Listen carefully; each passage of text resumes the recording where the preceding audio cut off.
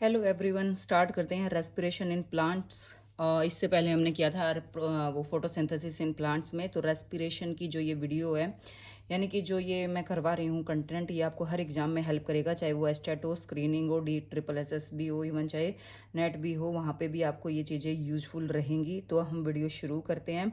अगर आपको वीडियो पसंद आती है तो प्लीज़ मेरे चैनल को लाइक करना, शेयर करना, सब्सक्राइब करना।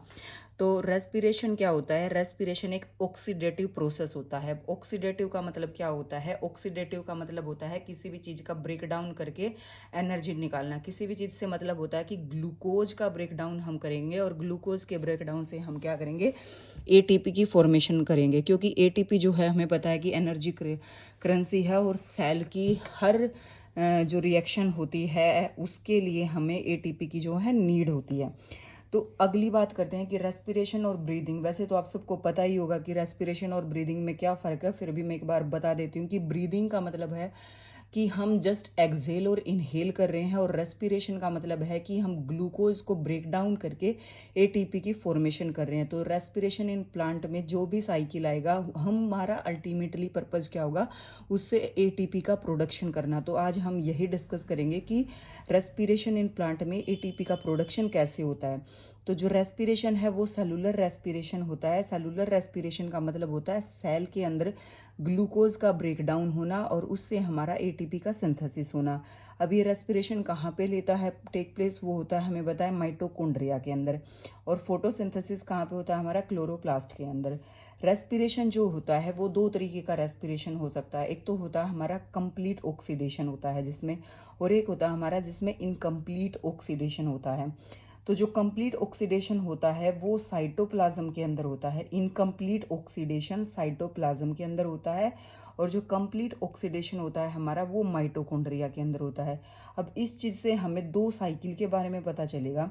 जो इनकम्प्लीट ऑक्सीडेशन होता है उसमें हमारा ग्लाइकोलिसिस का साइकिल चलता है, या इसका दूसरा नाम याद रखेंगे EMP का। और जो कंप्लीट ऑक्सीडेशन होता है उसमें हम क्रेब साइकिल या TCA की बात करते हैं। तो इनकम्प्लीट ऑक्सीडेशन में, यानी कि ग्लाइकोलिसिस में, क्या होता है? हमारे पास ग्लूकोज से पायरवेट का मोलिक्यूल हमें मिलता है, जिसको हम बोलते हैं ग्लाइकोलिसिस। अब यहाँ से क्वेश्चन क्या आता है? क्वेश्चन ये आता है कि ग्लाइकोलिसिस की साइट पूछी जाती है। तो ग्लाइकोलिसिस की साइट हो गई हमारी साइटोप्लाज्म। दूसरी बात पूछी जाती है कि ग्लाइकोलिसिस में जो ऑक्सीडेशन होता है वो इनकम्प्लीट, कंप्लीट या क्या होता है? तो वो होता है हमारा पार्शियल या इनकम्प्लीट ऑक्सीडेशन होता है। तीसरी बात ये पूछी जाती है कि ये प्रोकैरियोटिक में होता है या यूकैरियोटिक में होता है। तो ये प्रोकैरियोटिक और यूकैरियोटिक दोनों के लिए कॉमन होता है। अब हम चलते हैं क्रैब साइकिल में। क्रैब साइकिल में क्या होता है? हमारा कंप्लीट ऑक्सीडेशन होता है ग्लूकोज का, यानी कि जो ग्लूकोज है उससे हमें क्या मिलती है? एटीपी मिलती है। अब एक टर्म के बारे में पढ़ते हैं, रेस्पिरेटरी सबस्ट्रेट। रेस्पिरेटरी सबस्ट्रेट वो होता है, यानी कि किसी भी मोलिक्यूल का कार्बन प्रोडक्ट है, किसी भी कार्बन मोलिक्यूल का हम पूरा का पूरा स्टेप वाइज ऑक्सीडेशन करेंगे और उससे क्या करेंगे? एनर्जी का प्रोडक्शन कर लेंगे। उसको बोलते हैं रेस्पिरेटरी सबस्ट्रेट। यानी कि नाम से ही समझ आ रहा है कि ऐसा सबस्ट्रेट जिसका हम रेस्पिरेशन में यूज करते हैं, यानी कि एनर्जी की फॉर्म में यूज करते हैं, उसको बोलते हैं हम रेस्पिरेटरी सबस्ट्रेट। आई होप आपको इतना समझ में आया होगा कि ग्लाइकोलिसिस और क्रेब साइकिल। ग्लाइकोलिसिस कहाँ होता है? साइटोप्लाज्म में। क्रेब साइकिल कहाँ पे होता है? माइटोकॉन्ड्रिया में। ग्लाइकोलिसिस में क्या होता है? हमारा इनकम्प्लीट ऑक्सीडेशन होता है, और क्रेब साइकिल में क्या होता है? हमारा जो है कंप्लीट ऑक्सीडेशन होता है। नेक्स्ट जो है स्लाइड पे चलते हैं। जो ग्लाइकोलिसिस होता है वो हम याद रखेंगे कि 10 स्टेप का प्रोसेस होता है। ठीक है, 10 स्टेप में बहुत सारे एंजाइम यूज हो रहे हैं, बहुत सारी रिएक्शन है, बट हमें कुछ मेन बात जो है एग्जाम के लिए बहुत ज़रूरी याद रखनी है। देखो, ये स्टेप तो लगभग हम पढ़ते आ रहे हैं, पूरा का पूरा 10th 11th से ही पढ़ते आ रहे हैं। ग्लूकोज से ग्लूकोज 6 फॉस्फेट बनता है। ग्लूकोज 6 फॉस्फेट से हमारा फ्रक्टोज 6 फॉस्फेट बनेगा, और फ्रक्टोज 6 फॉस्फेट से हमारा बनता है फ्रक्टोज 1,6 बिस फॉस्फेट। ठीक है, और इसके बाद जो है हमारी दो चीज़ें बनता है। एक तो हमारा बनता है PGAL, और दूसरा बनता है हमारा DHAP। ठीक है, डाई हाइड्राइल एसीटोन फॉस्फेट। इसमें क्या होगा कि हमारे 5 स्टेप जो होते हैं, 5 स्टेप में यहाँ तक डिवाइड होता है, अगले 5 स्टेप में यहाँ तक डिवाइड होता है। लेकिन हमें अपने एग्जाम के लिए मेन जो चीज़ बिल्कुल याद रखनी है वो क्या याद रखना है? एक तो हमारा हेक्सोकाइनेज याद रखना है, एक हमारा फोस्फोफ्रक्टोकाइनेज, और एक पायरुवेट काइनेज। ये 3 एंजाइम हमें याद रखने हैं और ये याद रखना कि एटीपी कहाँ पे खर्च होती है और एटीपी कहाँ पे बनती है। तो जब ग्लूकोज से ग्लूकोज 6 फॉस्फेट में कन्वर्ट करते हैं, यानी कि जो हमारा फर्स्ट स्टेप होता है वहाँ पे हमारी एनर्जी यूज होती है और एंजाइम जो यूज होता है वो होता है हेक्सोकाइनेज।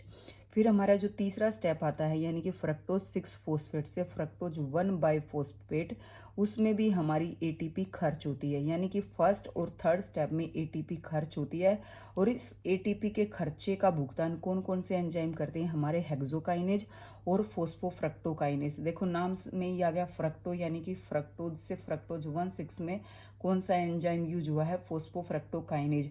और जहाँ भी एटीपी की बात होगी वहाँ पे काइनेज एंजाइम हमारा यूज होगा। ठीक है। उसके बाद जो है NADPH की फॉर्मेशन होती है और NADPH कौन से स्टेप में होता है, हमारा DHAP से जब हमारा 1,3-PGA का कन्वर्जन होता है और इसमें एंजाइम होता है हमारा डिहाइड्रोजिनेज। फिर हमारा क्या होता है कि जो हमारा 7वां स्टेप होता है उसमें हमारी एटीपी मिलती है। हमें कहाँ जाके एटीपी मिली, हमारे 7वां स्टेप में एटीपी मिली, यानी कि 1,3-BPG से जब 3PGA के अंदर हम जाएंगे तो हमें 2 एटीपी के मॉलिक्यूल मिलेंगे। और लास्ट में जब हम पैप से पायरुवेट के अंदर जाएंगे तो 2 एटीपी के मॉलिक्यूल मिलेंगे।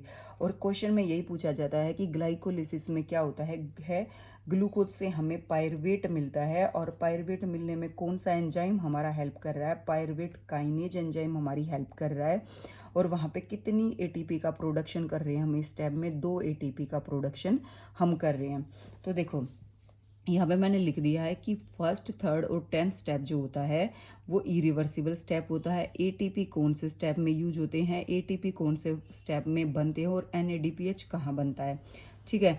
कई बार क्या होता है कि जो पायरुविक एसिड होता है इससे ये प्रोसीजर उल्टा भी जाता है और जिससे हमारा ग्लूकोज बनता है और इस प्रोसेस को हम बोलते हैं ग्लूकोनियोजेनेसिस, जो कि लीवर में होता है। ये मैंने यहाँ पे मेंशन कर दिया, वैसे फिजियोलॉजी में आती है टर्म, पर ये मेंशन यूँ कर दी क्योंकि एग्जाम में पूछ लिया जाता है कि लीवर सेल के अंदर कौन सा प्रोसेस होता है, ग्लूकोजेनेसिस होता है, लाइसिस होता है या जेनेसिस होता है। तो यह है ग्लूकोनियोजेनेसिस। लीवर सेल क्या बनाती है, ग्लूकोनियोजेनेसिस बनाती हैं, यानी कि पायरुविक एसिड या पायरुवेट से ग्लूकोज की फॉर्मेशन होना। ठीक है। उसके बाद जो है ये ग्लाइकोलिसिस का प्रोसेस कई और जगह भी होता है, जैसे कि हमारी आरबीसी होती है। हमें पता है आरबीसी के अंदर माइटोकॉन्ड्रिया अब्सेंट होती है, तो यहाँ पे जो है एनारोबिक ग्लाइकोलिसिस का प्रोसेस होता है। क्वेश्चन आता है एग्जाम में कि ग्लाइकोलिसिस टेक प्लेस, नीचे एग्जाम्पल मिल जाते हैं आरबीसी और कुछ और होंगे, तो ग्लाइकोलिसिस जो है आरबीसी में होगा। दूसरा जो है पायरुवेट से लैक्टेट बनता है, लैक्टेट डिहाइड्रोजन की हेल्प से। इसमें यानी कि पूछा जाएगा कि ग्लाइकोलिसिस में कौन कौन से स्टेप होते हैं, तो इसमें क्या होगा, पायरुवेट से लैक्टेट बनेगा, लैक्टेट डिहाइड्रोजनेज की फॉर्म से। और तीसरा यहाँ पे फॉर्मेशन ऑफ 2,3-BPG होता है। देखो नॉर्मल साइकिल में हमारे पास DHAP से 1,3-BPGA की फॉर्मेशन हुई, लेकिन इसमें जो है फॉर्मेशन ऑफ 2,3-BPGA की फॉर्मेशन होगी। एग्जाम में क्वेश्चन आए कि ग्लाइकोलिसिस इन आरबीसी और उसके स्टेप पूछ ले जाए कि ये स्टेटमेंट करेक्ट है, ये स्टेटमेंट करेक्ट है और ये स्टेटमेंट करेक्ट है। तो ग्लाइकोलिसिस जो है एनारोबिक ग्लाइकोलिसिस होता है, इसमें 2 पायरुवेट से 2 लैक्टेट हमारे पास बनते हैं और जो फॉर्मेशन है वो हमारी 2,3-BPGA की फॉर्मेशन इसके अंदर होती है। दूसरा बात, ग्लाइकोलिसिस का जो प्रोसेस होता है वो पायरुविक एसिड से इथेनॉल और CO2 की फॉर्मेशन करता है, किसकी प्रेजेंस में, अल्कोहल डिहाइड्रोजन की फॉर्मेशन में। इस प्रोसेस को बोलते हैं हम फर्मेंटेशन, यानी कि ग्लाइकोलिसिस का प्रोसेस जो है वो फर्मेंटेशन में भी हेल्प करता है। और ये क्वेश्चन आता है कि फर्मेंटेशन में कौन से प्रोडक्ट बनते हैं, तो फर्मेंटेशन में हमारा इथेनॉल बनता है और कई बार इथेनॉल जो है इसकी इस फॉर्म में भी आता है, C2H5OH लिखते हैं। तो ऑप्शन में मिलता है कि C2H5OH और CO2। तो क्या है, फर्मेंटेशन में हमें क्या मिल रहा है, इथेनॉल और CO2। तीसरा जो होता है ये एनारोबिक रेस्पिरेशन हमारा मसल्स में होता है और मसल्स में हमें क्या मिलता है, लैक्टिक एसिड मिलता है। यानी कि जो क्रैम्प हमें आते हैं वो क्यों आते हैं, क्योंकि हमारा लैक्टिक एसिड की फॉर्मेशन हो जाती है मसल्स के अंदर, इसलिए हमें जो है क्रैम्प आते हैं। तो जो ग्लाइकोलिसिस का प्रोसेस है, ग्लाइकोलिसिस का प्रोसेस कहाँ पे होता है, ग्लाइकोलिसिस के प्रोसेस इसमें हम याद रखेंगे साइटोप्लाज्म में होता है। दूसरा इसमें क्या होता है, हमारे पास पायरुवेट बनता है। पायरुवेट हमारा कहाँ किसकी हेल्प से बनता है, पायरुवेट काइनेज की हेल्प से बनता है। फिर पूछा जाता है कि ग्लाइकोलिसिस का प्रोसेस कहाँ कहाँ लेता है, टेक प्लेस करता है। तो देखो ग्लाइकोलिसिस जो है आरबीसी के अंदर भी होता है, फर्मेंटेशन में भी ग्लाइकोलिसिस होता है, और जो मसल्स में क्रैम्प आते हैं यानी कि एनारोबिक रेस्पिरेशन हमारी मसल्स में हुआ, एनारोबिक मसल्स में भी हुआ, एनारोबिक जो है आरबीसी में भी हुआ, फर्मेंटेशन में भी जो है एनारोबिक रेस्पिरेशन हुआ। तो ये चीज़ें हम याद रखेंगे। फिर उसके बाद याद आता है कितनी एटीपी जो है हमारी बनती है। इन टोटल ग्लाइकोलिसिस में हमारी 7 एटीपी बनती है। ये 7 एटीपी कैसे बनी, देखो 2 एटीपी हमें ग्लाइकोलिसिस करने के लिए खर्च कर दी, 1 एटीपी यहाँ पे, 1 एटीपी यहाँ पे। प्रोडक्शन कितनी एटीपी का हुआ, 2 एटीपी यहाँ पे बनी, 2 एटीपी यहाँ पे बनी, 4 का प्रोडक्शन हुआ, 2 हमने खर्च कर दी। NADPH जो है यहाँ पे प्रोड्यूस हुए 2, एक NADPH से जो है 2.5 एटीपी बनती है। तो टोटल हमारे पास कितनी एटीपी आ गई, 7 एटीपी इस पूरे प्रोसीजर के अंदर आ गई। तो ग्लाइकोलिसिस से क्वेश्चन आएगा तो ये पूरी जो पेज है इस पे सब कुछ है जहाँ से ग्लाइकोलिसिस का क्वेश्चन आएगा। देखो ये एंजाइम के नाम याद रखने कि किन किस स्टेप में एंजाइम हमारे हैं यूज हुए। फिर ग्लाइकोलिसिस कहाँ पे हुई, आरबीसी के अंदर हुई, फर्मेंटेशन के अंदर हुई, और मसल्स के अंदर हमारा ग्लाइकोलिसिस का प्रोसीजर ही हुआ। टोटल एटीपी 7 बने, और कितने खर्च हुए हमारे पास, 2 खर्च हुए, 4 बने। ठीक है, ये है ऑल अबाउट ग्लाइकोलिसिस। और ग्लूकोनियोजेनेसिस हमारा कहाँ पे होता है, लीवर सेल में होता है। ग्लूकोनियोजेनेसिस का मतलब कुछ नहीं होता, हमारा पायरुविक एसिड बन गया और पायरुविक एसिड से वापस ग्लूकोज अगर हम बनाएंगे तो उसको हम बोलते हैं ग्लूकोनियोजेनेसिस। अब चलते हैं अगली स्लाइड के ऊपर। दो चीज होती हैं टर्म बार बार हम पढ़ते हैं कि एक सबस्ट्रेट लेवल फोस्फोराइलेशन होता है, एक ऑक्सीडेटिव फोस्फोराइलेशन होता है। फोस्फोराइलेशन का मतलब होता है कि ऐड कर देना फोस्फेट। तो ये टर्म हम याद रखेंगे कि जो सबस्ट्रेट लेवल फोस्फोराइलेशन होता है उसका मतलब होता है डायरेक्टली ट्रांसफर कर देना हमें एटीपी, मतलब कि directly transferred from substrate to ADP to produce ATP, यानी कि एटीपी का प्रोडक्शन डायरेक्ट हो जाता है, सीधा हो जाता है। तो ये पूछा जाता है कि सबस्ट्रेट लेवल फोस्फोराइलेशन कहाँ कहाँ होता है, तो ग्लाइकोलिसिस में होगा और सिट्रिक एसिड साइकिल में होगा। देखो सबस्ट्रेट लेवल फोस्फोराइलेशन से मतलब देखो ये हुआ, यहाँ पे हमें क्या है, हमारा एटीपी डायरेक्ट एक सब्सटेंस जब दूसरे सबस्ट्रेट में चेंज हो रहा है तो हमें डायरेक्ट एटीपी मिल रहा है, तो इसको बोलते हैं हम सबस्ट्रेट लेवल फोस्फोराइलेशन। और इसके जो है साइकिल का नाम याद रखना पड़ेगा कि सबस्ट्रेट लेवल जो फोस्फोराइलेशन होता है वो ग्लाइकोलिसिस के अंदर होता है और सिट्रिक एसिड साइकिल के अंदर होता है। एग्जाम में डायरेक्ट पूछा जाता है कि in which of the following जो है substrate level phosphorylation take place. फिर है ऑक्सीडेटिव फोस्फोराइलेशन। ऑक्सीडेटिव फोस्फोराइलेशन में जो है हमें एटीपी जो है डायरेक्टली नहीं मिलती। इन oxidative phosphorylation energy required for ATP synthesis come from oxidation of NADH2 और FADH2। तब ऑक्सीडेशन NADH2 का और FADH2 का ऑक्सीडेशन होगा तभी हमें जो है एटीपी मिलेगी। और ऑक्सीडेटिव फोस्फोराइलेशन हमारा कहाँ पे होता है, इलेक्ट्रॉन ट्रांसपोर्ट चेन में। प्लीज़ आप इतना याद जरूर रख लेना कि सबस्ट्रेट लेवल फोस्फोराइलेशन हमारा कहाँ होता है, सबस्ट्रेट लेवल फोस्फोराइलेशन हमारा होता है ग्लाइकोलिसिस में और सिट्रिक एसिड साइकिल में। ऑक्सीडेटिव फोस्फोराइलेशन हमारा कहाँ होता है, इलेक्ट्रॉन ट्रांसपोर्ट चेन में। ठीक है, और जो ऑक्सीडेशन का प्रोसेस है वो हमारा क्या है, कैटाबोलिज्म। ये क्या है, कैटाबोलिज्म और एनाबोलिज्म दो चीज पढ़ते हैं। तो ऑक्सीडेशन मतलब कैटाबोलिज्म यानी कि ब्रेक डाउन होना किसी चीज का। अब ये चीज मैंने बताई थी आपको पहले कि जो ग्लाइकोलिसिस होता है वो 2 स्टेप में होता है, प्रीपेटरी फेज और पे ऑफ फेज।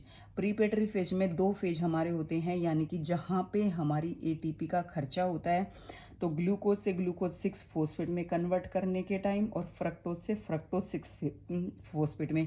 कहीं कहीं एक पता नहीं कौन से एग्जाम में मैंने देखा था कि पूछ लिया गया था कि प्रीपेटरी फेज कौन से हैं और जो पे ऑफ फेज कौन से है, तो वो ऑप्शन में आया हुआ था। इसलिए मैं ये बता देती हूँ कि जो प्रीपेटरी फेज होते हैं वो ग्लूकोज से ग्लूकोज 6 फोस्फेट है, फ्रक्टोज 6 फोस्फेट से फ्रक्टोज 1 6 फोस्फेट वाला, और जो ये लास्ट वाले जो स्टेप होंगे जहाँ पे हमारा पायरुवेट बन जाएगा वो हो गए हमारे पे ऑफ। और पे ऑफ में क्या होगा, हमारा एटीपी बनता है और प्रीपेटरी में हमारा एटीपी खर्चा होता है। यानी कि किसी चीज़ की प्रिपरेशन अगर हम कर रहे हैं तो खर्चा होगा, हमारी एनर्जी खर्च होएगी और फिर हमें उसका प्रोडक्ट प्रोडक्ट मिल जाएगा, यानी कि अभी यही लगा लो कि हम टेस्ट की तैयारी कर रहे हैं तो हमारी एनर्जी खर्च हो रही है, तो वो हम प्रिपरेटरी फेज हो गया, और तब हमारा प्रोडक्ट आ जाएगा, यानी कि तब हमारा टेस्ट क्लियर हो जाएगा, तो वो एक किस्म से प्रोडक्ट बन गया। तो उसमें जो हमारी एनर्जी खर्च हुई थी, लोग हमें कह रहे थे कि पता नहीं इसका होगा या नहीं होगा, तो वहाँ पे एनर्जी खर्च हो रही थी, लेकिन अब हमारी एनर्जी जो है वो बन गई है, तो वो क्या हो गया, हमारा पे ऑफ फेज हो गया। और पे ऑफ फेज में क्या है, हमारी एटीपी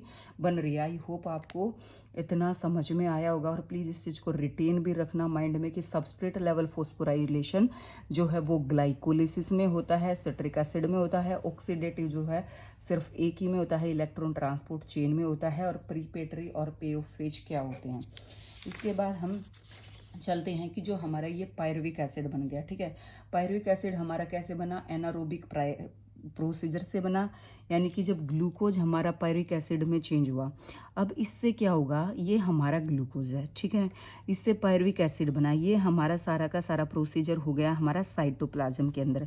अब ये हमारा पायरुविक एसिड ये साइटोप्लाज्म से कहाँ पे एंटर करेगा, हमारे माइटोकॉन्ड्रिया के मैट्रिक्स के अंदर ट्रांसफर हो जाएगा। अब यहाँ पे क्या होगा कि जो ये पायरुविक एसिड है ये क्या करेगा, 6CO2 के साथ कंप्लीट ऑक्सीडेशन हो जाएगा, और ये कन्वर्ट हो जाएगा हमारा एसिटाइल COA के अंदर, हमारा कन्वर्ट हो जाएगा, ठीक है। जैसे ये पायरुविक एसिड हमारा एसिटाइल COA के अंदर कन्वर्ट होगा, तो इस प्रोसीजर को हम बोल देते हैं लिंक रिएक्शन, ठीक है। लिंक रिएक्शन का मतलब जो पायरुविक एसिड हमारा साइटोप्लाज्म में बना था, अब वो पायरुविक एसिड हमारा मैट्रिक्स के अंदर यानी कि माइटोकॉन्ड्रिया के अंदर जा चुका है, और उसने क्या बना लिया, एसिटाइल COA, और इसको हम बोलते हैं लिंक रिएक्शन। अब इसमें क्या होता है कि हमारा कार्बन जो है वो रिलीज होता है, और कहीं भी कार्बन का रिलीज होना बोला जाता है डी कार्बोक्सिलेशन। तो यहाँ पे क्या हुआ, डी कार्बोक्सिलेशन होगा, और दूसरा जो है ऑक्सीडेशन होगा। ऑक्सीडेशन का मतलब होता है हमारा जो इलेक्ट्रॉन होते हैं उसका रिमूव करना, तो NAD से NADH पॉजिटिव में कन्वर्ट होना। तो पूरे प्रोसीजर को हम बोलते हैं ऑक्सीडेटिव डी कार्बोक्सिलेशन। और ये पूछा जाता है कि जो पायरुविक एसिड है उसका एसिटाइल COA में कन्वर्जन होना क्या कहलाता है, ऑक्सीडेटिव कार्बोक्सिलेशन या ऑक्सीडेटिव डी कार्बोक्सिलेशन। तो इस डी वर्ड को याद रखना कि ऑक्सीडेटिव डी कार्बोक्सिलेशन होता है, और यहाँ से यहाँ तक के प्रोसीजर को बोलते हैं हम लिंक रिएक्शन, ठीक है।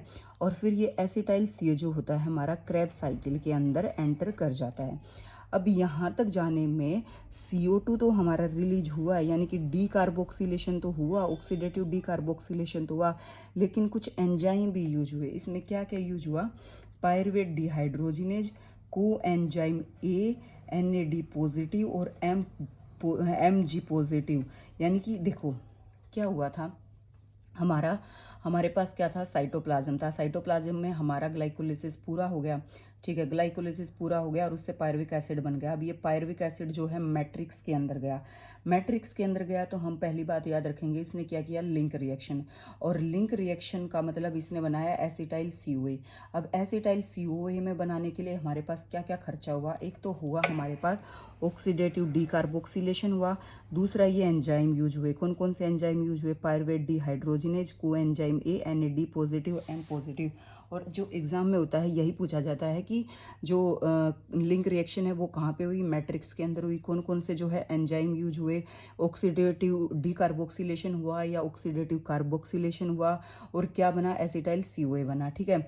और ये लिंक रिएक्शन अल्टीमेटली कहाँ पे जाती है, लिंक रिएक्शन जो है क्रेब साइकिल के अंदर चली जाती है, क्रेब साइकिल के अंदर हमारी लिंक रिएक्शन चली जाती है। आई होप आपको समझ में आया होगा। मैं एक बार फिर से बता देती हूँ कि जो है हमारा साइटोप्लाज्म में क्या हुआ, हमारा ग्लाइकोलिसिस हुआ, ग्लाइकोलिसिस से जो है पायरुविक एसिड बना, वो पायरुविक एसिड हमारा माइटोकॉन्ड्रिया के अंदर चला गया, और माइटोकॉन्ड्रिया के अंदर गया तो एसिटाइल COA बनाया, और इस एसिटाइल COA का बनना लिंक रिएक्शन होता है। और इसमें क्या क्या यूज हुआ, हमारा ऑक्सीडेटिव डिकार्बोलिक कार्बोक्सिलेशन का प्रोसीजर यूज हुआ, पायरुवेट डिहाइड्रोजिनेज यूज हुआ, कोएंजाइम हुआ, NAD पॉजिटिव हुआ, MG पॉजिटिव हुआ। और अब ये एसिटाइल COA अल्टीमेटली कहाँ पे एंटर करेगा, हमारा क्रेब साइकिल के अंदर जो है एंटर करेगा। क्या होएगा, अब ये क्रेब साइकिल आ गया, और क्रेब साइकिल हमारा कहाँ पे होता है, माइटोकॉन्ड्रियल मैट्रिक्स के अंदर जो है हमारा क्रेब साइकिल होएगा।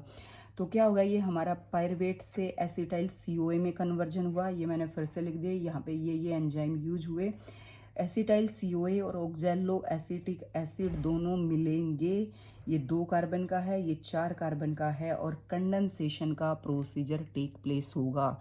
इस वर्ड को याद रखना, कंडेंसेशन, और यहाँ पे एग्जाम में स्टेटमेंट में ये चीज़ें आती हैं। तो यहाँ पे सिट्रेट सिंथेटेज एक एंजाइम यूज होगा जिससे हमारा बन जाएगा सिट्रिक एसिड, और जो कि फर्स्ट प्रोडक्ट है हमारा किसका, क्रेब साइकिल का। एग्जाम में क्वेश्चन आएगा कि first product formed in Krebs cycle, तो वो क्या है, सिट्रिक एसिड। अब सिट्रिक एसिड से हमारा अल्फा कीटो ग्लूटेरिक एसिड बन जाएगा, फिर क्या होगा, सक्सिनिक एसिड बनेगा, मैलिक एसिड बनेगा, ऑक्सैलो एसिड बनेगा। इसके लिए आप ट्रिक देख लेना कि क्या क्या ट्रिक होगी, क्योंकि सीक्वेंस पूछ ली जाती है कि क्या जो है सीक्वेंस होती है। अब क्या होगा, इसमें जब ये पूरा का पूरा हमारा फर्स्ट प्रोडक्ट बन जाएगा, तो यहाँ पे तब सक्सिनिक एसिड से मैलिक एसिड हो बनेगा, तो FADH2 की फॉर्मेशन होगी, ये चीज़ याद रखो। और मैलिक एसिड से ऑक्सैलो एसिटिक बनेगा तो NADH2 बनेगा। अब इस चीज़ का क्या क्या हेल्प है, क्या फ़ायदा है, देखो मैंने इससे पहले वाले पेज पे आपको बताया था कि एक सबस्ट्रेट लेवल फॉस्फोराइलेशन होगा और एक ऑक्सीडेटिव, और जो ऑक्सीडेटिव फॉस्फोराइलेशन होता है वो हमारा इलेक्ट्रॉन ट्रांसपोर्ट सिस्टम में होता है।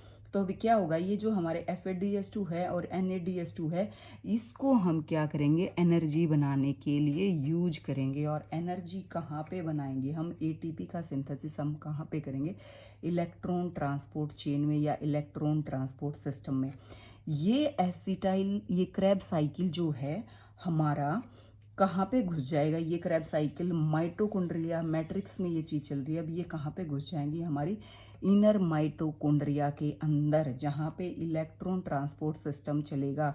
तो 2 क्वेश्चन आते हैं कि क्रेब साइकिल कहाँ पे होगा, तो क्रेब साइकिल होगा माइटोकॉन्ड्रियल मैट्रिक्स में, और इलेक्ट्रॉन ट्रांसपोर्ट सिस्टम या इलेक्ट्रॉन ट्रांसपोर्ट चेन कहाँ होगी, इनर माइटोकॉन्ड्रिया मेम्ब्रेन में। और इस इनर माइटोकॉन्ड्रिया के ऊपर क्या होते हैं, बहुत सारे प्रोटीन प्रेजेंट होते हैं, जिससे हमारी ATP का प्रोडक्शन होता है। ठीक है, अब जो है एग्जाम में स्टेटमेंट की तरह भी क्वेश्चन आता है। स्टेटमेंट में क्या होता है, क्रेब साइकिल या TCA साइकिल स्टार्ट होता है condensation of acetyl group with oxaloacetic acid to yield citric acid. तो करेक्ट और इनकरेक्ट में ऐसे लिखा हुआ आपको मिलता है। और ये वाली स्टेटमेंट जो है पिछले साल एस्टेट का जो एग्जाम था उसमें ये वाली स्टेटमेंट आई हुई थी, ऐसी की ऐसी स्टेटमेंट। ठीक है, तो ये क्या हुआ, सबसे पहले हमारे पास एसिटाइल COA और ऑक्सैलो एसिटिक हमारे मिले, और क्या बना हमारा, सिट्रिक एसिड। दूसरा पूछा, the reaction is catalyse by the enzyme citrate synthetase के द्वारा, और it is followed by D carboxylation. यानी कि यहाँ पे हमारा सिट्रिक एसिड बना और डी कार्बोक्सिलेशन का प्रोसीजर शुरू हो गया। यानी कि देखो यहाँ भी CO2 रिलीज हो रही है और यहाँ भी CO2 रिलीज हो रही है। तो citric acid followed by D carboxylation, और उसके बाद हमारा ऑक्सीडेशन हुआ। यहाँ ऑक्सीडेशन का मतलब यहाँ पे हमारा NADH2 और FADH2 बना, इसका ऑक्सीडेशन होगा। ऑक्सीडेशन हुआ तभी तो इसको हम बोल रहे हैं ऑक्सीडेटिव फॉस्फोराइलेशन, जो कि आगे जाएगा हमारा इनर माइटोकॉन्ड्रिया में और हमारा जो है ATP की फॉर्मेशन करेगा। तो ये 4 बात याद रखना कि जब हम TCA साइकिल पढ़ेंगे या क्रेब साइकिल पढ़ेंगे, पहले कंडेंसेशन हो रहा है, हमारा एंजाइम यूज हो रहा है, डी कार्बोक्सिलेशन यूज हो रहा है, और उसके बाद हमारा ऑक्सीडेशन यूज हो रहा है। फिर पूछा जाएगा कि फर्स्ट स्टेबल प्रोडक्ट हमारा कौन सा बना, ये हमारा बना सिट्रेट, और फर्स्ट एक्सेप्टर कौन है हमारा, OAA। इसी ने तो एक्सेप्ट किया, हमारा फर्स्ट एक्सेप्टर कौन है, OAA है। और टोटल ATP कितने बनी, इसमें 9 ATP टोटल बनेंगे, ग्लाइकोलिसिस में 7 ATP बनेंगे। देखो हम फिर से रिवाइज करते हैं, क्रेब हमने प्रोसीजर शुरू किया था हमारा ग्लाइकोलिसिस से। ग्लाइकोलिसिस हमारा कहाँ हुआ, साइटोप्लाज्म के अंदर। प्लीज़ मेरी बात को ध्यान से सुनो इस चीज़ को कि जो है ग्लाइकोलिसिस हमारा हुआ साइटोप्लाज्म। अब ग्लाइकोलिसिस से हम कहाँ पे चले गए, माइटोकॉन्ड्रिया के अंदर। ठीक है, माइटोकॉन्ड्रिया मैट्रिक्स के अंदर हमारा बना एसिटाइल COA, जिसको हम बोलते हैं लिंक रिएक्शन, और इसमें ये सारे एंजाइम और क्या क्या यूज होता है वो याद रखना है। और फिर यहाँ से हम कहाँ पे एंटर कर गए, हम करेंगे TCA साइकिल के अंदर, ठीक है। TCA साइकिल के बाद हम एंटर करेंगे ETC में। आई होप आपको यहाँ तक समझ में आया होगा। अगर आपको वीडियो पसंद आई तो प्लीज़ लाइक कर देना, शेयर कर देना, सब्सक्राइब कर देना। नेक्स्ट वीडियो में मैं आपको ETS के बारे में बताऊँगी। Thank you.